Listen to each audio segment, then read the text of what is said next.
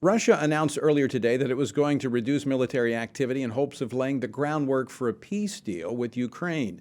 But U.S. officials have made it clear that the focus should be on what Russia does more than what Russia says, noting that the movement of a small number of Russian troops from Kyiv so far appears not to be a retreat or withdrawal, but rather a repositioning.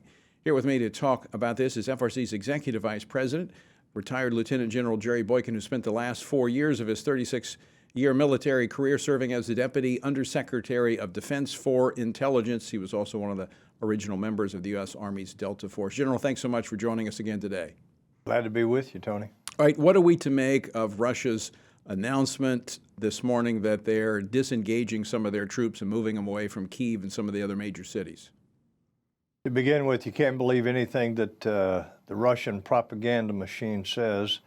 And Putin right now is fighting for his life. So I think you're seeing a lot of propaganda come out. And I think John Kirby was absolutely right. We see repositioning, but we have seen no indications of a withdrawal or a movement of forces out of the western part of Ukraine. Could this, General, be withdrawing of the troops to prepare for greater bombardment or other field activity? Tony, I don't think there's any question that it could be just that. And look, the Russians have dug in now up in the western part of the country, up around Kyiv. They have dug in now into defensive positions. What does that tell you? It tells you that they're winning. It tells you the Ukrainians are winning. It tells you that the Russians are really getting kicked around pretty bad and that they are in trouble. So who knows exactly what Putin's plans are, but I do not believe that Putin is ready to surrender. I don't believe that Putin is ready to acknowledge that he has been defeated by this, what we'll say is a ragtag military that's outgunned and outnumbered by far. I don't think Putin's ready to do that yet. So I'm very suspicious of any notion that he's going to stop the bombing, stop targeting the civilians and the civilian infrastructure. I'm very skeptical of that because right now he's fighting for his life. He cannot walk away from this fight at this point, having been beaten so badly, and still maintain his power in Russia.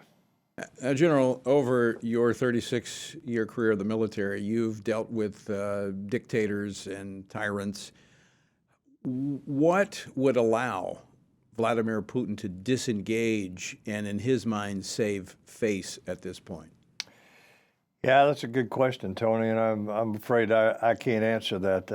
Nobody understands the mind of Vladimir Putin. I would say that if the Ukraine was willing to give him a land bridge down through the Donbass region, all the way down into Crimea from the Russian border, he might be willing to settle for that. But I think that President Zelensky has made it very clear he is not going to trade land for peace.